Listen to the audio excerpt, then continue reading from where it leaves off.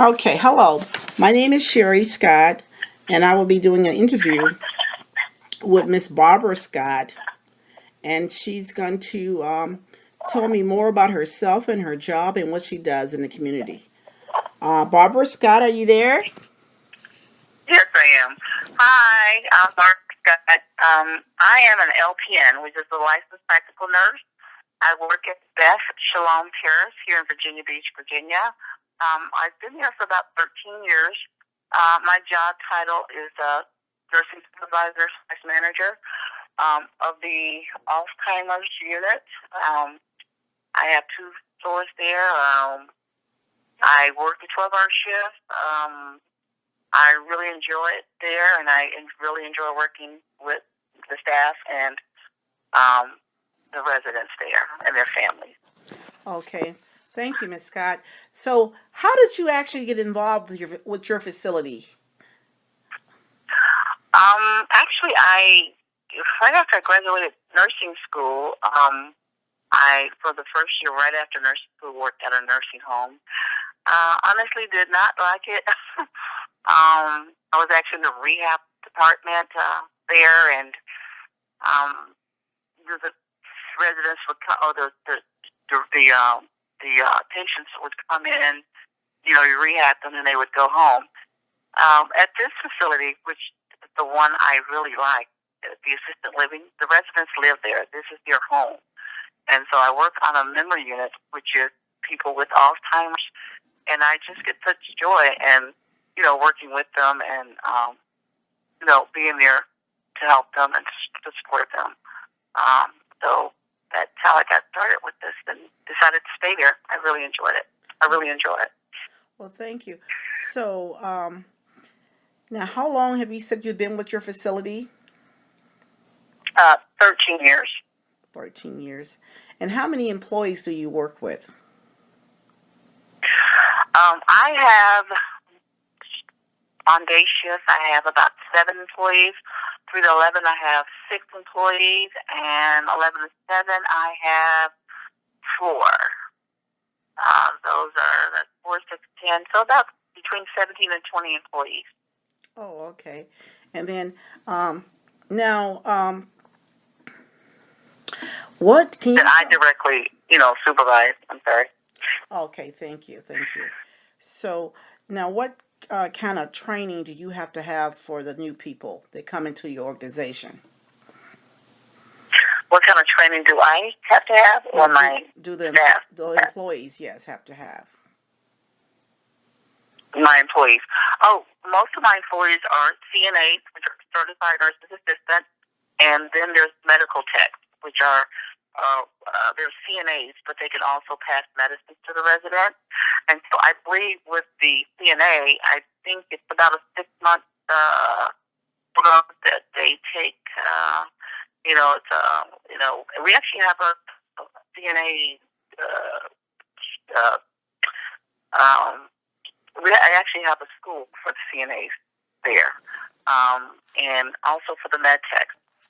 I actually teach I teach the med tech class, which is basically teaching the med tech how to pass medicines, the doses, different effects of medicines, and so forth. As for the CNAs, that class is taught by a couple of other nurses, and it basically tells them how to support the resident, how to shower residents, how to assist residents with feeding, how to take blood pressures, basically, and to assist the resident with getting dressed. So that's what the CNA does. The medical tech that passes meds is a CNA, plus that person also passes medicines as well to the residents. Okay. And once again, that's what they do. And the classes for med tech, it's also a 6-month class, as well as for the CNA. They're both 6 months. And of course, they are certified by the state. Once they take the test and pass it with us, they need to go to state. And then they're tested by a state person and in order to get their license. Okay. For the state of Virginia. I see. Wow. So that's the training that they have. Okay. Are there other facilities other than the one that you work at? That's in the state of Virginia? Oh yeah, there's plenty of assisted living, nursing homes. Yes, there's quite a few assisted living. Not just in Virginia, and worldwide, I imagine, in all the states, but there's quite a few assisted living.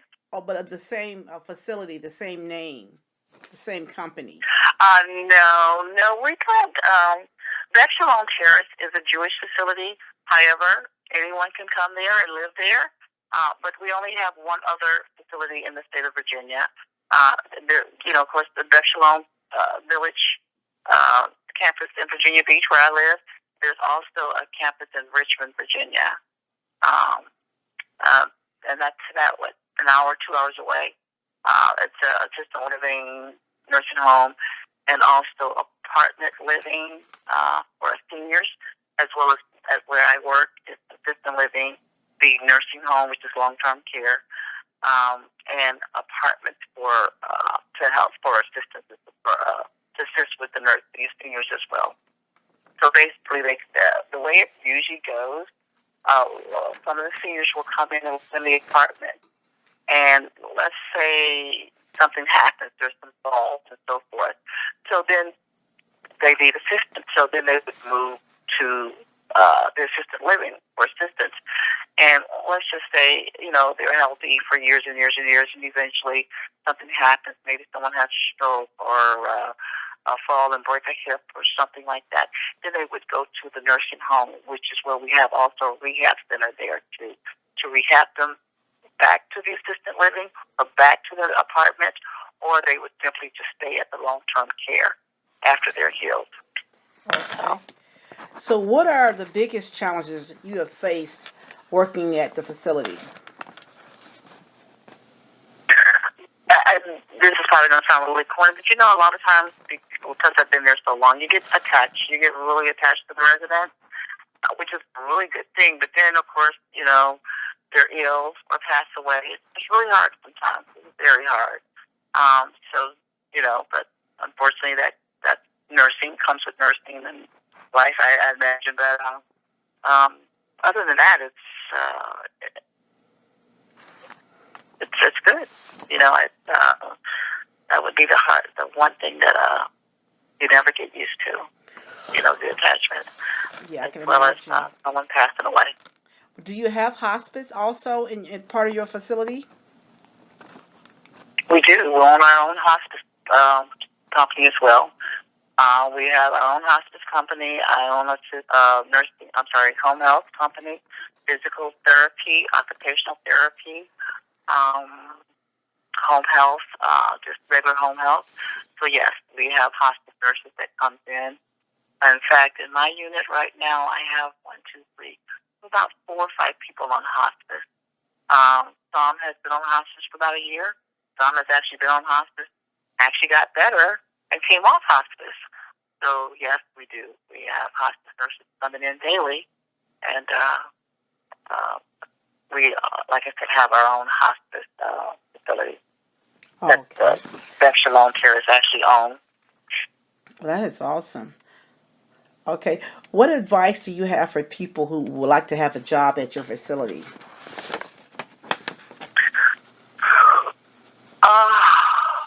I think the type of work I do, some hours are long. Of course, caring, empathy, patience, understanding of not just the residents, but a lot of times it's the family members. Unfortunately, the department that I work in, Alzheimer's, the residents usually, by the time they're with me, always know what's going on. So it's pretty much they're either happy or, they have no idea. It's harder for the families because the families are with everything. So, just patience and kindness. And we do have different counseling sessions for the families, the residents with the Alzheimer's. So. Oh, wow. Well, the next question is, what services do you offer the community through your facility? What services do you? Oh, we have a meals on Meals on Wheels. I'm not sure if you've ever heard of that. Yes, I But have. because we have we have a our senior population, and the areas that we're in, well, it's not. It could be seniors. It could be anyone. But we offer Meals on Wheels to anyone in the community, pretty much. Also, we have quite a few doctors at the facility, so anyone that lives in the community can also, besides us being a nursing home or assisted living, can also come and see our doctors there too. And quite a few people in the neighborhood who are not patients, and which I find it doesn't always happen this way. So quite a few people who are living in the neighborhood who are not residents there will come and they see our doctors as well. So those are two of the things that we offer. Of course, our home health team will go to anyone in the neighborhood as well. We, transportation team not only pick the residents from our home and assisted living and the apartment, we also have a contract with pretty much different facilities and people in the neighborhood as well. Oh, I see. I see. Well, do you have volunteers at all at your facility? We do. We have volunteers. In fact, we have a couple in my little department now that comes in, a young lady that comes in and work with actually the volunteer department. We have the volunteer department, and then people who actually work for the facility. And then we have quite a few volunteers that comes in. Like, for instance, tomorrow's Wednesday. So on Wednesday, my unit, my little residents, is out to dinner every Wednesday and a movie. So besides the regular people that works in the volunteer department, that was the activity department. That's what it's called. We also have volunteers. Could be a family member of some of the residents, or it could be a lot of times it's a lot of the employees that will come in on their day off and go with the residents to dinner or to lunch or to a movie.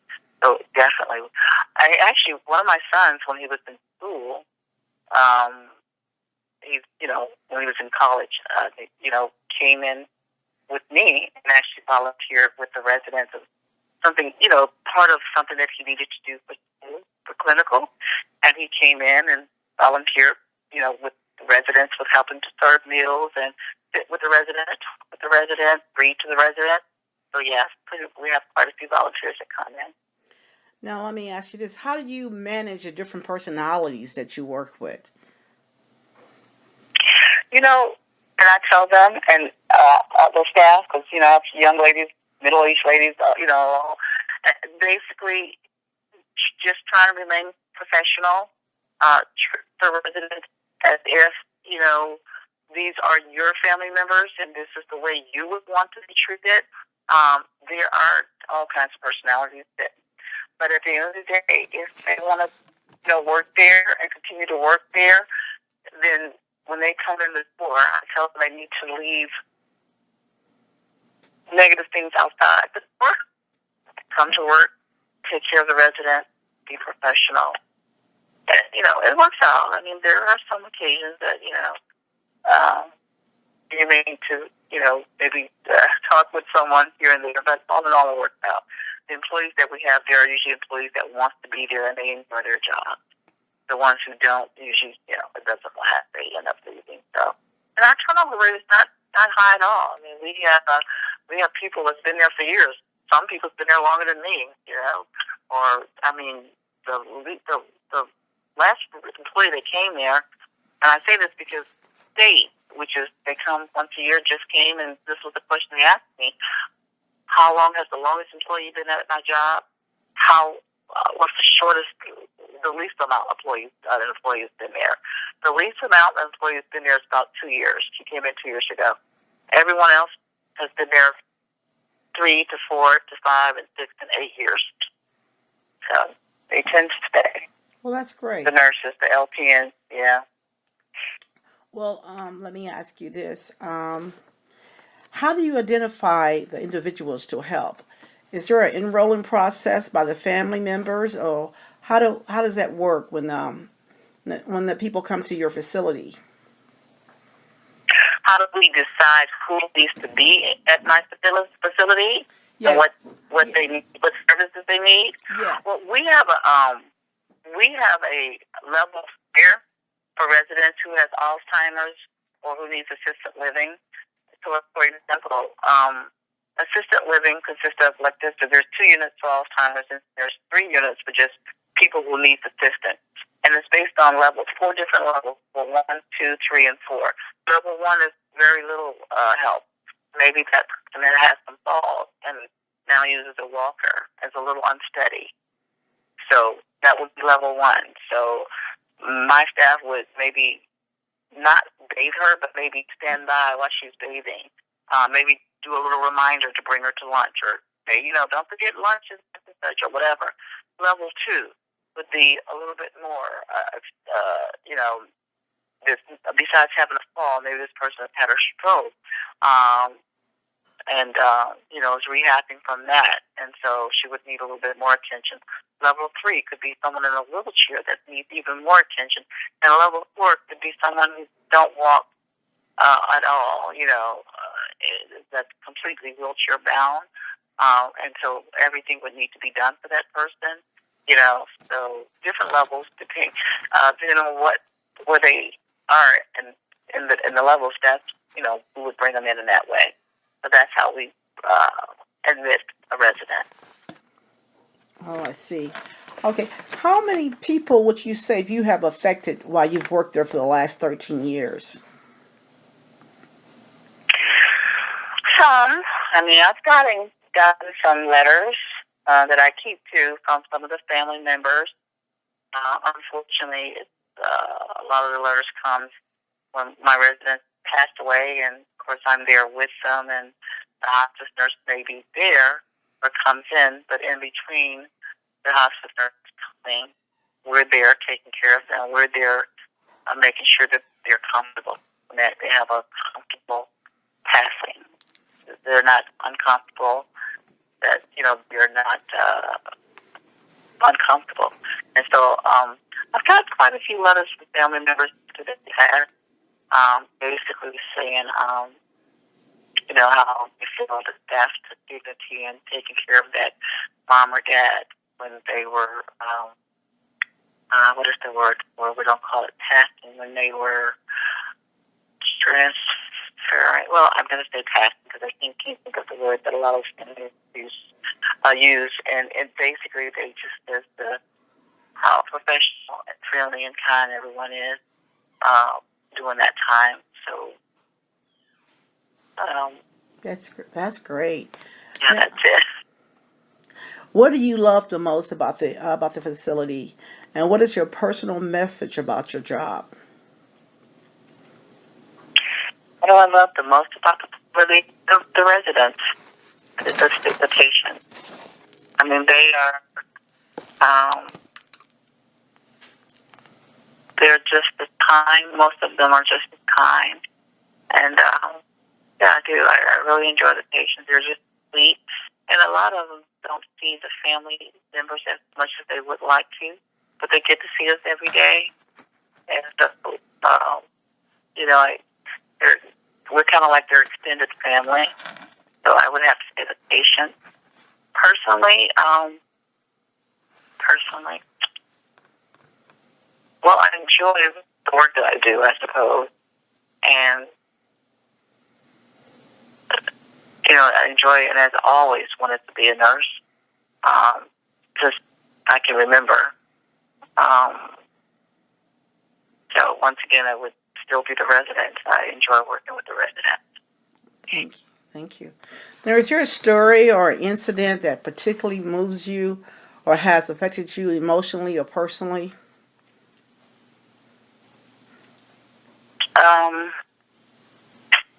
There's been so many things. Well, I believe you told me something personal. You lost your mom at a very young age. Did it have anything to do with you going into the right. nursing? The It nursing. did. It did. It's what made me decide I wanted to be a nurse. When my mom was very young. She was very young. We were very young. Well, I was very young when she passed away. But I was one of the older children at the house, and I remember we all kind of helped to take care of her.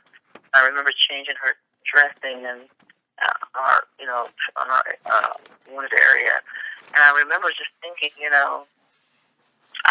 that is what made me want to be a nurse and wanted to be there for residents. And so I didn't go into being a nurse until I was older. And I always worked in the hospital, and I would see different people coming into the emergency room and crying or sad with his children or adults, and saw this and saw that. So it always kind of stuck with me. I always wanted to be there for someone and help someone. So I always wanted to be a nurse. So yeah, and it's really good start from my mom feeling and being there for her and helping her. Thank you for sharing that. Well, how do you balance your work and your personal life? Well, I work 12-hour shifts. I work 3 days on, and I'm off for 4 days. Then I go back for 2 days and off for 3. So I have plenty of time to enjoy my grandbabies, and my sons are around, and I get to do some shopping, go to movies, and go out to dinner, and just really have a good time with the family. So there's plenty of time because of my schedule, and that's what one of the things that I like about being a nurse, being able to do the 12-hour shift. Yeah.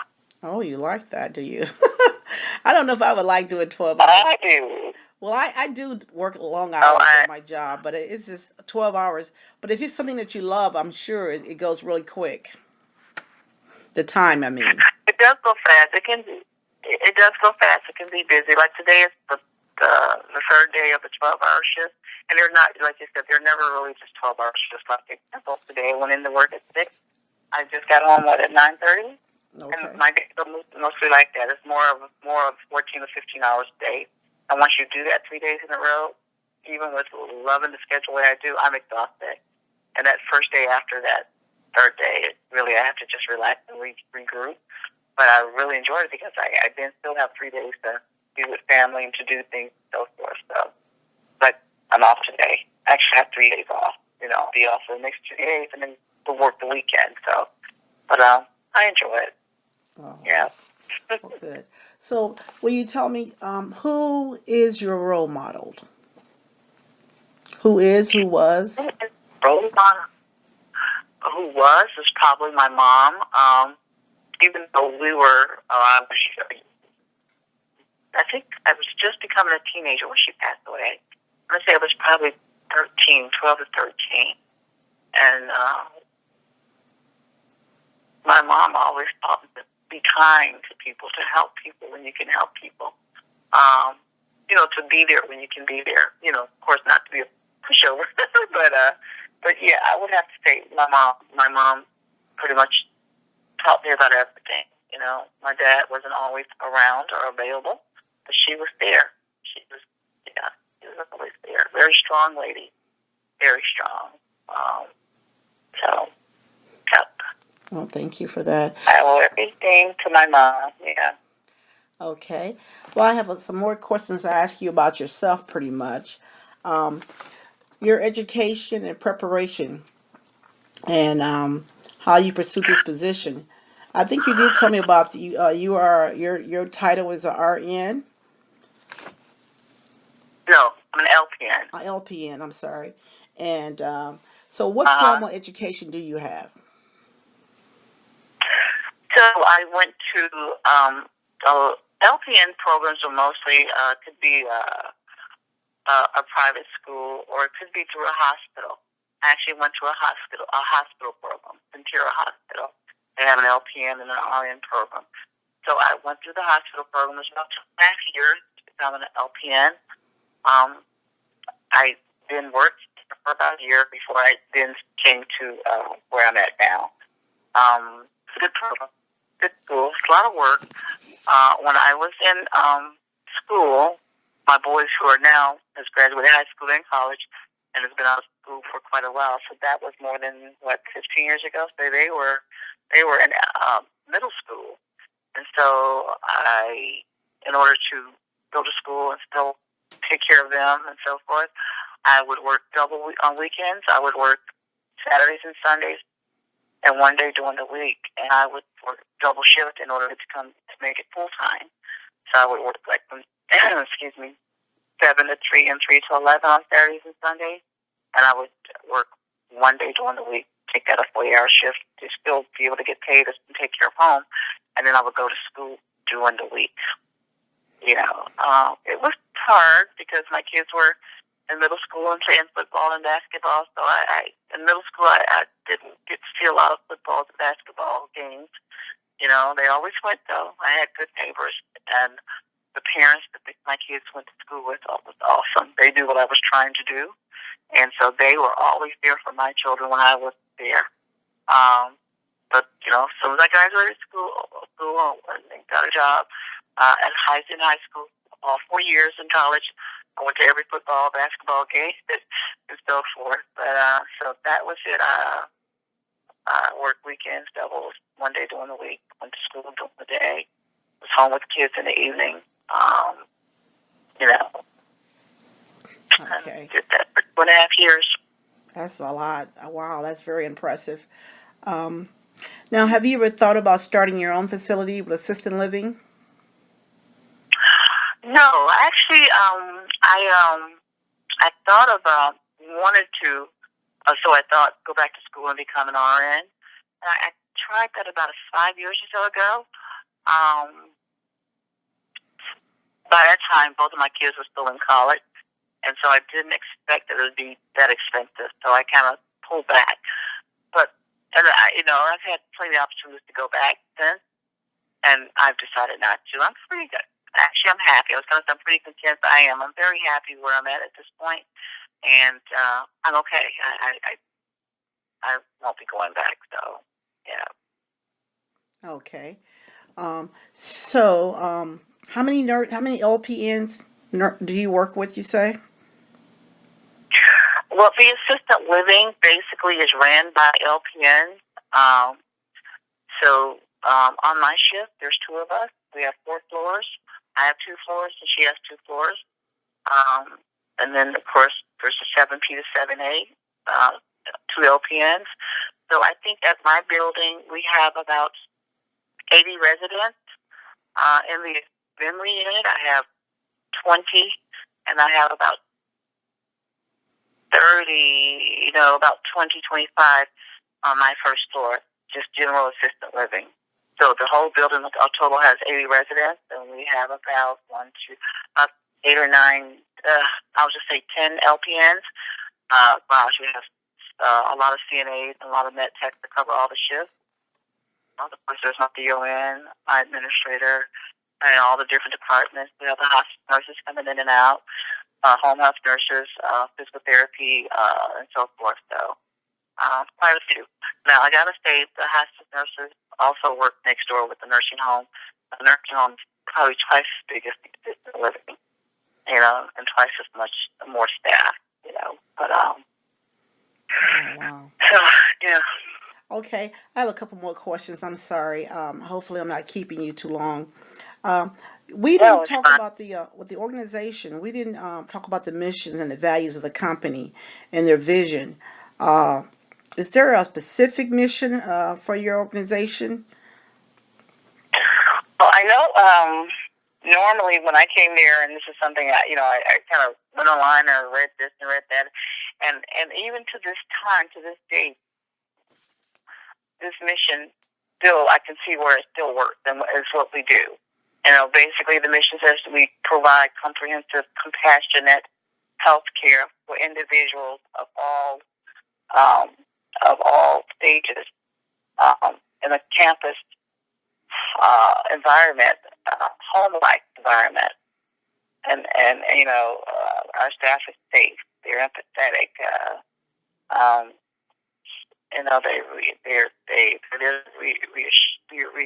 To reassure the residents. So that's basically, and that it is. And that's exactly what we continue to strive for, and I think we continue continue to do. Oh, great. Okay, is there anything new that's coming up for the facility? Are they implementing any new changes on how to take care of the patients or anything else like that coming up new? Any changes that you But might know? we constantly have in services constantly on how to care for individuals. Recently, we got an individual at the assisted living who has a tube feeding. Now, of course, we have tons of those tube feedings at the nursing home, but it's something new for the assisted living, and it is something that we just recently start getting residents that we have to feed them through a tube, which is a little complicated, pretty interesting, and it was the staff is constantly getting training and in services on different things. But that is only something that LPN can do. But and also our building is being, I said, remodeled. It's being enlarged. It's being expanded. Is that what I want to say? They're making it bigger. Our assisted living is going to go from 80 beds to 150 beds. So It's like double almost, right? That's like almost double. Mm-hmm. Wow. Yeah. So, well, I got a couple more questions. I just want to ask you, what have you learned since taking on this job the last 13 years? What's one of the things that you think you've learned the most about? How to be more compassionate, how to be more patient with the resident. Sometimes my staff needs a little help. I will go and sit with the resident and assist that resident because we have quite a few feeders in my side of the building. With Alzheimer's, they totally forget how to feed themselves and do anything for themselves. And so, definitely, I've learned patience and more to be empathy. Basically to understand what they must be feeling like. They're not able to. A lot of them are not able to verbalize and tell us what's going on. So you're there for them. So definitely, I would say to be more compassionate, caring, just to be there for them. Yeah. Oh, how wonderful. So I think I've asked everything, but I want to know, is there anything else I should ask? Any questions that I have skipped or not asked? Do you have anything that you want to contribute as far as what I didn't ask? Well, I overall, I just think this is, I was going to say I think this is a great profession for someone to go into, but then at the same time, that person would need to want to be in medicine or in the medical field. Sometimes it can be pretty difficult, it could be something as simple as for the CNAs, helping to assist a difficult resident. It can be hard sometimes to, some things like toilet interested and so forth. So I was going to say it's probably a great field for someone to go into, but that person also has to be empathetic to the residents' needs and be very patient, very, very patient with the resident. So I'd like to just say that. Well, I like to ask this. As far as the ages of the residents, what age do you normally take in? Or is there a certain age? At the assisted living, they're extremely elderly. Most of the residents, an average age at the assisted living for the residents at my building is probably, the average age is probably 85 to 90. Because a lot of the residents live to be 100, 103, 104. We have quite a few people right now that's 105, 106. I think the youngest one there is probably 79 to 80 at the assisted living. Like I said, the average age is about 85. So, yeah. Of course, a lot of them are probably really be using a walker or wheelchair. They've had falls. some estimated, like I said, they may have had strokes, and just different little things. So, but the average age is about 85 for assisted living. Mm-hmm. So I don't know if I could. Well, do you remember? Do you actually have patients from the time that are still living from the 13 years ago that you started until now, or do you actually remember that? Most of the residents that started 13 years ago, some have passed away. Some their health has declined, and so they're still living, but they're now in the nursing home, which is right next door to us. Oh, I see. And there's quite a few. Mm-hmm. Okay. Well, Ms. Scott, I think I've asked you enough questions. I have a lot of information. I want to thank you for taking your time and giving me this interview. I do appreciate it. Sure. And so I just want to say thank you. Welcome. And my college, Ursuline College, we do appreciate you taking your time to help me out with this project. So thank you so much. And thank you. You're so welcome. At any time, just give me a call, sis. Okay. All right. Bye-bye. Okay.